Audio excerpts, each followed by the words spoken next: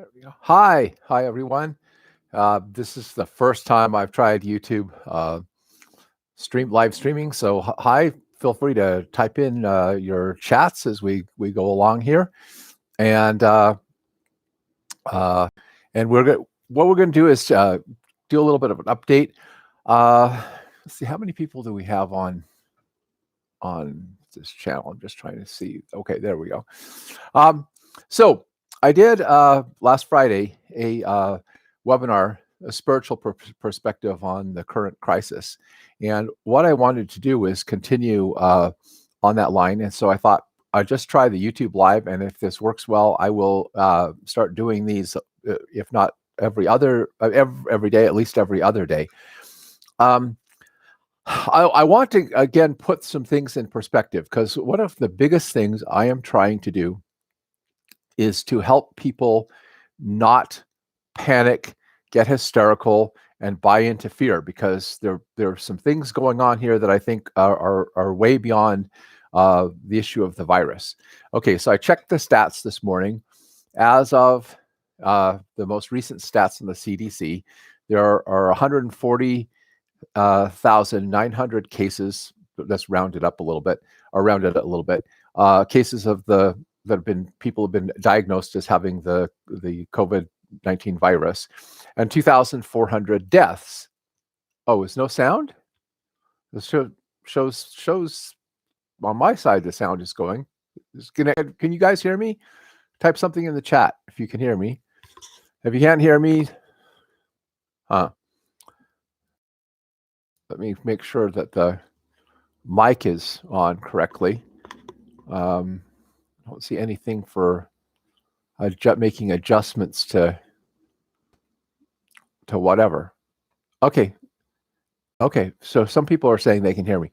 So now it's a very interesting thing happening here, because if you look at the stats for just the ordinary flu, all right, ordinary flu, there have been 40 million people who got the flu this year, or this flu season so far.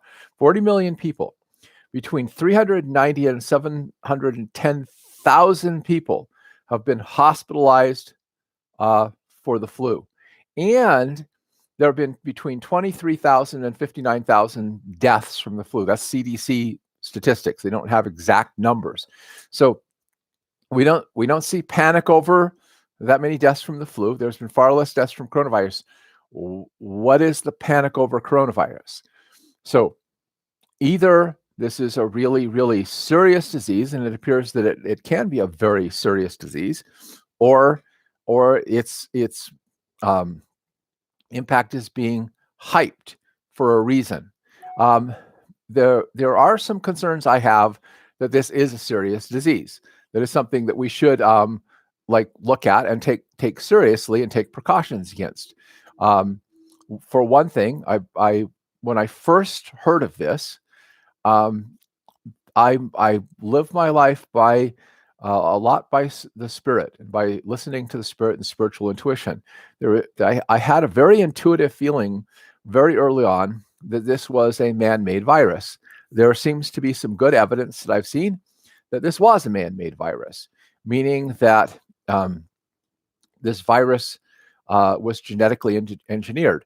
For one thing, the Wuhan, where this virus started, is home to a bioweapons testing center. So there's a possibility this either leaked out by accident or was leaked out on purpose. And it's very, very clear that the Chinese government hid what was happening in Wuhan for a long time, which allowed people who had been exposed to this virus to travel into other countries and allowed it to spread. I just watched a video this morning by Paul Joseph Watson, who I enjoy listening to his video. He's got a sarcastic sense of humor, with clips showing different government leaders who are now, some of them who are criticizing Trump for not acting quicker, who were encouraging people as late as early March to get together in great big groups and to either celebrate the Chinese New Year or the in Italy, they were encouraging people to hug all the people from China and so forth. And some of these places where these leaders were encouraging these big groups are the places where they now have large outbreaks of this virus. I think we should take the threat of the virus seriously. I do think it's an actual disease. I do think it has some very bad consequences, mostly for elderly people. Just looking at the stats, the vast majority of people who die from this are over 60, and the older you get, the more likely it is that this virus will cause problems for you. There have been some younger people who've had the virus and a few that have died from it, but primarily it affects the elderly, just like the flu primarily affects the elderly. But nonetheless, having something to prevent its spread seems reasonable to me. And I believe what is being done is helping to slow the rate of the virus and so forth. And I think that we're going to get this under control. I really do believe that here in the United States, what's being done is going to put a stop to this, and we will have cures come out, and it will not be the serious doom and gloom problem that people are predicting it will be. Nonetheless, it is something that I think we should be careful about, social distancing and all that so forth.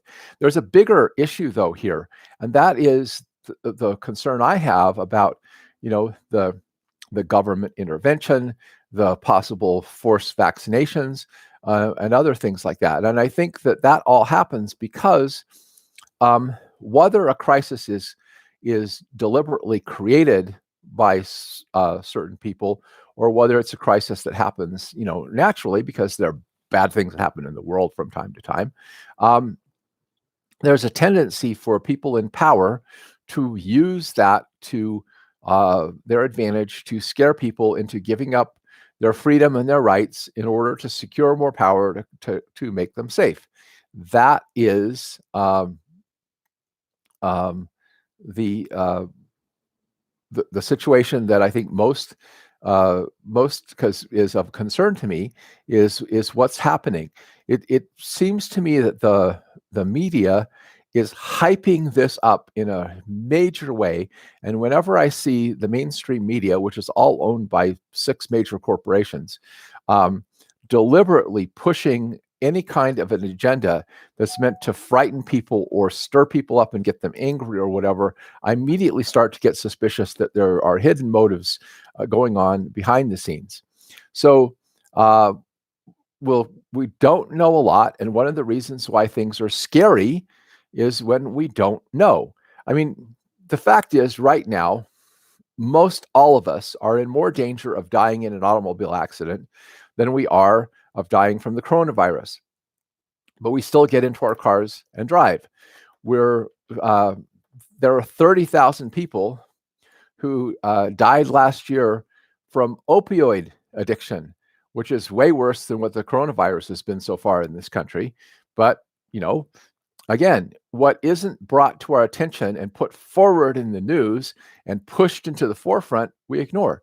The fact that 1 out of 2 of us is going to die of heart disease, 1 out of 3 is going to die of cancer. Those are still the main stats of what we're going to what we're looking at. So just be aware that this whole thing, you've got to put it in perspective, and you've got to learn to control fear. So the main thing I want to talk about today is controlling fear. And the reason why I am stressing this over and over again is because panic and fear and negative emotions lower your immune system and make you more prone to getting sick. This is just a simple fact of the way our bodies work. We need to manage our fear and learn to live by faith and not by fear. So what do I mean by faith? And so I want to talk about how we go about exercising faith. And I want to talk about the fact that our minds were designed to be creative. And I've talked about this in webinars I've done for my members, and I probably should post some of these webinars on YouTube for other people to see in general. But when you think about anything that you learn, Okay. When you first learned to walk, you had to think about what you were doing. You had to try to make it happen. Or when you were first learning to drive a car, you really had to think about what you're doing. But after you've put the programming in your brain to do this thing, your brain takes over and runs on autopilot and does this for you. And so, whatever we hold in our mind, whatever thoughts we are focused on, eventually become a habit that propels us forward into creating that in our lives. This is something that Napoleon Hill and Bob Proctor and other people that I've read talk about. In other words, what we hold in our mind, and especially what we then hold in our mind and then speak, okay? There's creative power in our words that we utter. Whatever we speak, we tend to start to make happen. Subconsciously, the brain is designed to create what we program it to create. It will start finding ways to create those experiences in our lives. And so years ago, I decided I was not going to let fear rule my life. I was not going to live my life in fear. And there have been a lot of things that have happened in my life that, you know, are scary. I mean, they're because you're facing an unknown. You don't know what the future is going to be, and the tendency we have is to start worrying. And worrying is one of the most unproductive things that we can do in our life, because if we're worrying, we are sitting there mulling over in our brain, creating all of the possible horrible scenarios of what could go wrong, and we're engaging in something that is totally unproductive and totally causes a great deal of mental and emotional stress.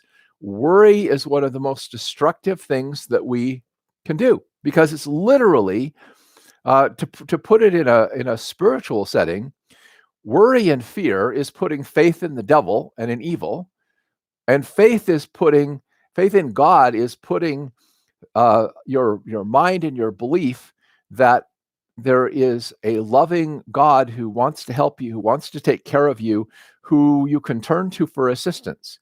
And I, in my life, have lived my life ever since I turned my life over to God when I was 19, trying to follow the Spirit, trying to live by the Spirit. And when I hear people talk about, that belief in God is stupid and dumb and da da da da da, I just kind of chuckle inside, because that, or what I'm saying, when they want to prove to me that there is no God, I want to say, well, that's like trying to prove to me that someone I know doesn't exist.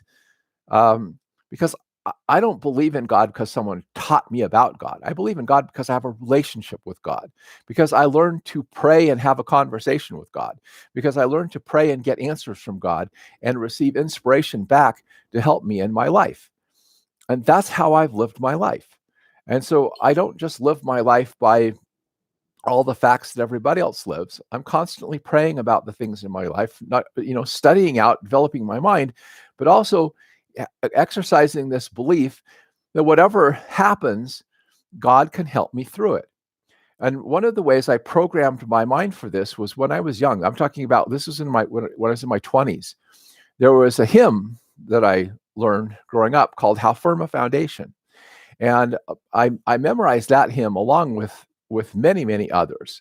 And the words of the hymn, I'm going to give you in a minute. I might kind of sing the tune just a little bit, but I'm not the best singer, as everybody in my family tells me when I start to sing, like, okay, stop.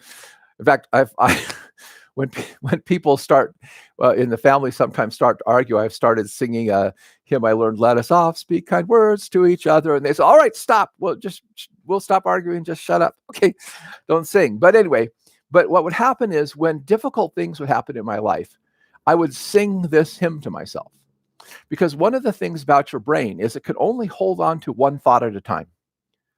This is one of the magical things. You can switch rapidly back and forth between different thoughts, but you can only hold one thought at a time. And if you could understand that concept, that if you take command of your brain and you put into it the thoughts that you want to think.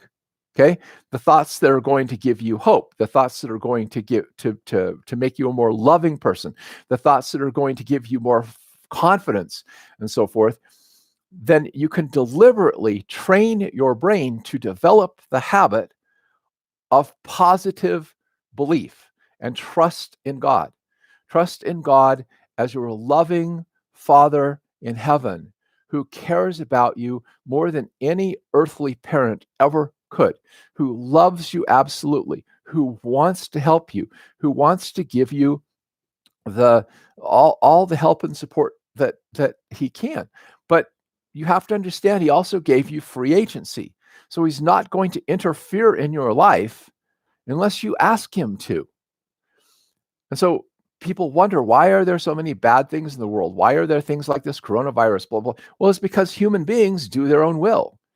And in doing their own will, they do all kinds of horrible things. There are horrible people in the world who really don't care a single bit about the rest of us, who would like to reduce the population of the earth, who would like to slave everybody.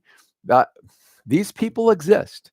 Okay, being red pilled, as some people call it, is to wake up and realize the evil that exists in the world. But you can't let the evil control your mind. You have to be aware it's there, but you have to be aware that the power of God is stronger. So anyway, the hymn that I sing to myself, that I trained myself to sing every time there were difficulties in my life, goes, "How firm a foundation, ye saints of the Lord, is laid for your faith in his excellent word. What more can he say than to you he has said, you who unto Jesus for refuge have fled? In every condition, in sickness, in health, in poverty's veil, or abounding in wealth, at home or abroad, on the land or the sea, as thy days may demand, so thy succor shall be. Fear not, I am with thee." By the way, that "fear not" is one of the most oft repeated phrases in the Bible when people have an encounter with God. First thing said, "Fear not." Okay? "Fear not, I am with thee. Oh, be not dismayed. For I am thy God and will still give thee aid. I'll strengthen thee, help thee, and cause thee to stand, upheld by my righteous, omnipotent hand." Now, there are some other verses that we never sang in church, but they were in the hymn book, and I memorized them too. And they go, okay, "When through fiery trials thy pathway shall lie, my grace, all sufficient, will be thy supply. The flame will not hurt thee. I only design thy dross to consume and thy gold to refine." You know, what happens in our lives, and I'm going to tell you the rest of the song in a minute, but what happens in our lives is we go along, doing our own thing. And as long as everything is going well and we're prospering and everything's fine, we tend to forget God. We don't really feel like we need him. After all, everything's fine. But it's when things get difficult, when there are challenges, that is the opportunity we have to get down on our knees and repent. And to repent means to change our mind, or in other words, turn our mind from our will and what we want to what God wants, to realign ourselves with God's purposes rather than our own purposes. And when we do that, when we repent and when we turn to God and we get his help, these become opportunities. They're the fiery trials of life, the bitter and difficult experiences of life. When you exercise faith and you have this kind of attitude like I've had in my life, serve to refine you, to basically get rid of the faulty parts of you, the human weaknesses in you, and bring you forth so that you're a more suitable vessel to bring forth God's love and light and truth into the world. So the going on with the song, the next verse: "When through the deep waters I call thee to go, the rivers of sorrow shall not thee o'erflow. For I will be near thee, thy troubles to bless, and sanctify to thee thy deepest distress. That sanctification of the deepest distress means that in the deepest moments of our life, if we've learned to cultivate a relationship with God, not some belief just because what people have taught us and we've accepted a bit of doctrinal beliefs about God and that He exists and the religion, but an actual relationship where we can really commune with and connect with the Spirit through to our Creator. That comfort could come to you in the most difficult times of life. And I'll tell you a story about that in a second. And then the last verse says this: the soul that on Jesus hath leaned for repose, I will not desert to its foes. That soul, though all hell should endeavor to shake, I'll never, no, never, no, never forsake. That's the hymn I would sing to myself the whole time. Anytime bad things happen to me, I would just sing that over and over and over and over again in my mind. And that helped to train me to believe that no matter what difficulties came upon me, and by the way, that song is taken out of passages in Isaiah, which I really love, the book of Isaiah. That song trained me to trust in God. No matter how difficult things seemed, no matter how dark the world seemed, no matter what was going on, that my first thought was not to worry and fret and blah, blah, blah, but to turn to God and believe that God could help me through it. And that has been the case through my whole life. Now, I posted online a couple of days ago about when my office manager, her husband got shot and killed by the St. George police. And at that point in my life, everything seemed to cave in around me. Everything. And because I had just, I'd been married and my wife had left me, and I found out that there was some stuff going on that really hurt me deeply. And then I felt very badly betrayed. I wound up the week after this incident where the shooting took place, in the hospital, having my gallbladder removed. My business was in the process of moving from one office to another, and it looked like everything in my life was going to collapse. Like literally, it looked like my business was going to collapse. I was going to lose my home. I was going to lose everything. And my daughter had been listening to hymns, okay, in the car while she was driving me someplace. And there was another hymn that I learned growing up, because I memorized a lot of the words to a lot of hymns. I've sung them to myself just because it helps me, like some people like quoting scriptural verses. You can do the same thing with a verse of scripture. Like I mentioned in my other webinar, Psalm 91, just go through that and repeat it again and again and again in your brain. Get your brain to think in terms of faith and belief that God will help you, not giving into the fear and giving into the panic. That's what faith is all about. But anyway, so I was out in my garden and I could not get the words of this hymn out of my brain. And it goes, let's see if we get started in my head. Okay. It may not be on the mountaintop or over the stormy sea. It may not be at the battlefront. My God will have need of me. But if by a still small voice He calls me to paths that I do not know, I'll answer, dear Lord, with my hand in thine. I'll go where you want me to go. I'll go where you want me to go, dear Lord, over mountain or plain or sea. I'll say what you want me to say, dear Lord. I'll be what you want me to be. There's surely somewhere a lowly place in earth's harvest field so wide, where I may labor through life's short day for Jesus the crucified. So trusting my all to thy tender care, and knowing thou lovest me, I'll do thy will with a heart sincere. I'll be what you want me to be. There's another verse, I'm not going to go with that one. And as that's playing over in my head, I realize, okay, God, I promised when I was 19, I said, I'll give up anything to know you. I'll I'll do whatever you want. I'll surrender completely. I said, okay, God, if you want to take everything away from me, I'll trust you. I'll trust you. Whatever. And then I went and started living one day at a time. And I just figured, okay, whatever happens is going to happen. I'm not going to worry about it. I am going to just take it one day at a time, do the best I can, and trust that God will take care of me no matter what happens. My business didn't collapse. I didn't lose my home. None of those horrible things that I was starting to envision were going to happen to me happened to me. I was able to get through that. All right. And everything worked out okay.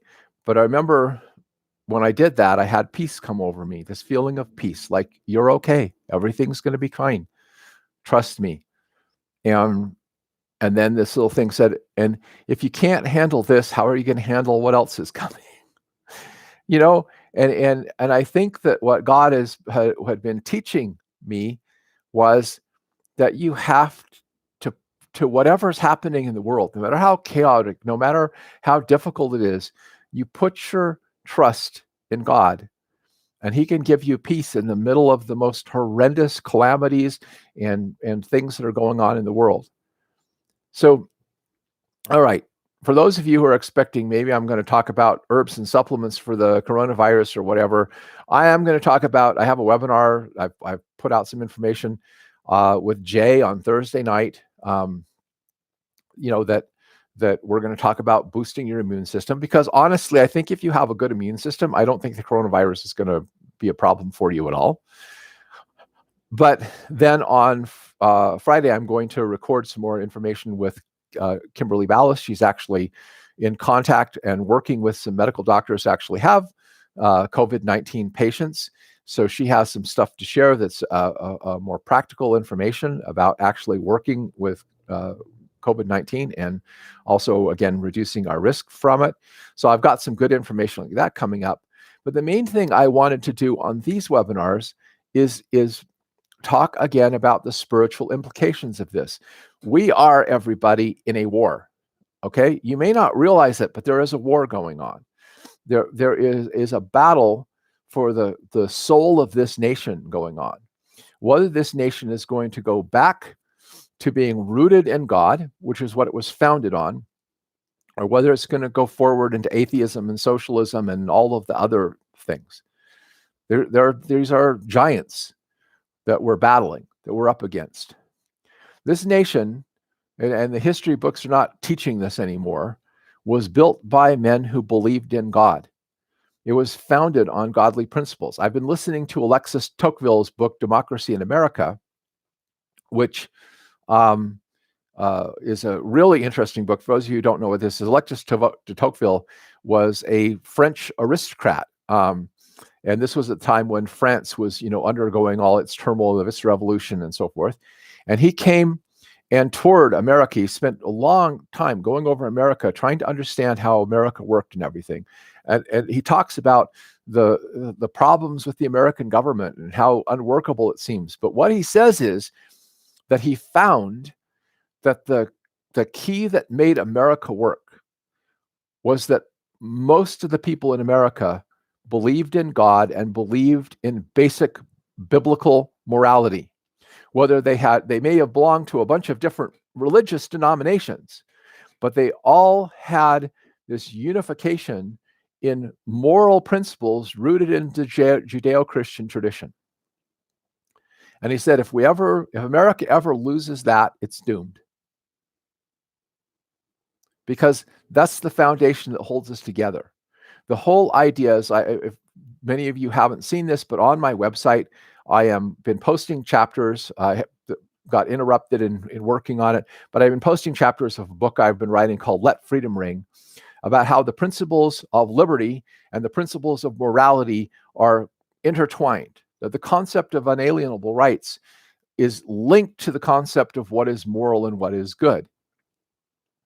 Because the idea that this country is founded on, laid forth in the Declaration of Independence, is that God gave us life, God gave us our liberty, our free agency, our ability to choose whether we're just going to do whatever we want or whether we're going to turn to him and let him guide us so that we create good things instead of evil things. And the idea of the right of private property, not stealing, not coveting, not trespassing against your neighbor and taking what belongs to your neighbor for yourself. That those all come from God. And the moment you lose the idea that there's a supreme being who doesn't want you to murder people, who wants you to preserve and cherish life, who wants you to uphold and protect the liberty of people, who wants you to respect the property rights and the right of other people to choose their own way in life, the moment you take that out of the equation, who are you appealing to? Does the government grant that to you? Because that is the core principle of America, and that the idea of government is to secure that, to secure your right to be free as long as you're not trespassing on your neighbor, to secure your right of life, and to secure your right to the things that you have honestly earned by the fruits of your own labor. And if we lose that foundation, if we take away our First Amendment rights, our right to freedom of speech and to say what we want to say, and there's an assault on this. There's a big assault on this of wanting to shut down dissenting voices, of attacking people who believe in God, attacking religion, attacking our Second Amendment rights, our right to bear arms to defend ourselves, our right to trial by jury. All of these things are under attack.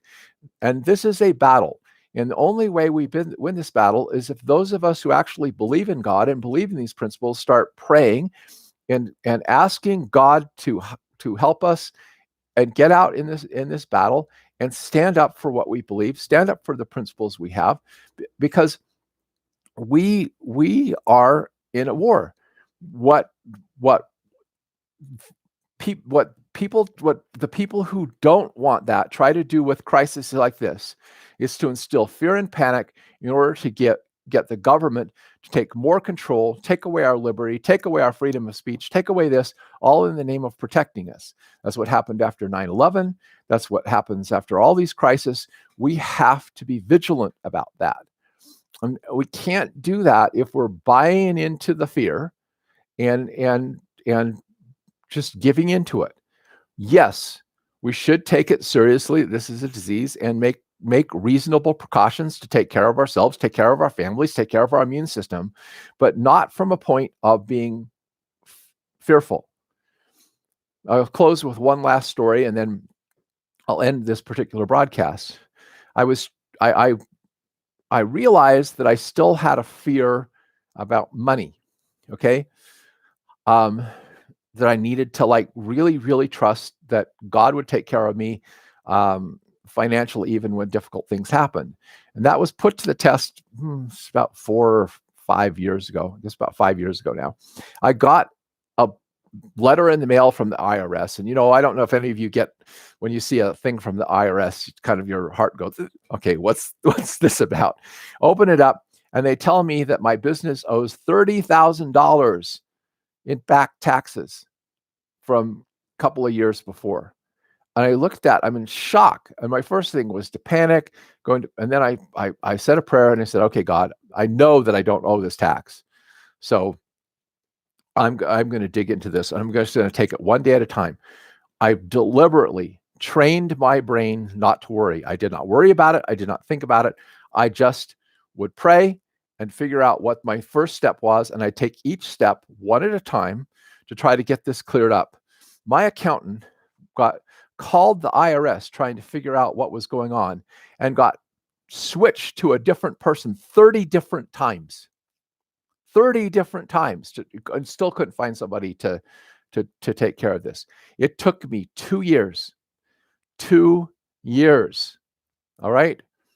Till finally they corrected it. What they did is this is when they under Obamacare, they started 1099ing for the credit cards. And so they sent me a thing saying, we think you underreported your income, because 98% of what we recorded as our income was the credit cards. Well, we're a mail order online business. So, yeah, almost all of our business comes from credit cards. We don't get money in checks and cash hardly at all. And so they had sent me an audit thing. I had filled it out and sent it in, and somebody lost it, or it was never processed or whatever. And so they basically tacked our credit card statement on top of the income we reported, figuring that we were underreporting our income, and basically calculated our taxes off of that. And of course, that was totally bogus. But it took 2 years to clear up, and I just refused to worry about it. I refused to let my brain occupy in fear. I just said, God, you're going to take care of this. And I just did whatever I needed to do to take care of it. By the way, after I got that cleared up 6 months later, the state of Utah now says you owe these back taxes because the IRS hadn't reported the end of this thing to the state of Utah, and the state of Utah absconded money out of my checking account. And I had somebody say, well, good luck, you're never going to get it back. And I said, no. And I again put my trust in God. I prayed. I said, what do I do? I did blah, blah, blah. And I got that money back. So that was almost 3 years of fighting that, but I won. And so, yes, there are battles ahead. Yes, there are. Thank you all for joining me today. I hope that this has helped you to encourage you to have faith, to not give in to fear or panic, and to just take care of yourself, do reasonable precautions, but don't listen to all of the mainstream media, blah blah blah, hyping you up, trying to get you scared, trying to do this, because that does not come from God. God does not work by instilling that kind of fear and panic and whatever into you, nor does he work by stirring you up to get you angry at other people and hating people and so forth. God works by love. God works by faith. God works by hope. And with that, I'm going to end this. Everybody have a nice day. And I will, this should actually automatically go up on YouTube. So if you couldn't hear, or you want to share this with anybody, you can share it from YouTube. And I will, if I get some likes and views on this live stream, I'll probably do some more. Again, on the same thing, as I get more updated information on what's going on and give more insights into how to be prepared, handle this both spiritually and temporally. Thanks, everybody, and good day.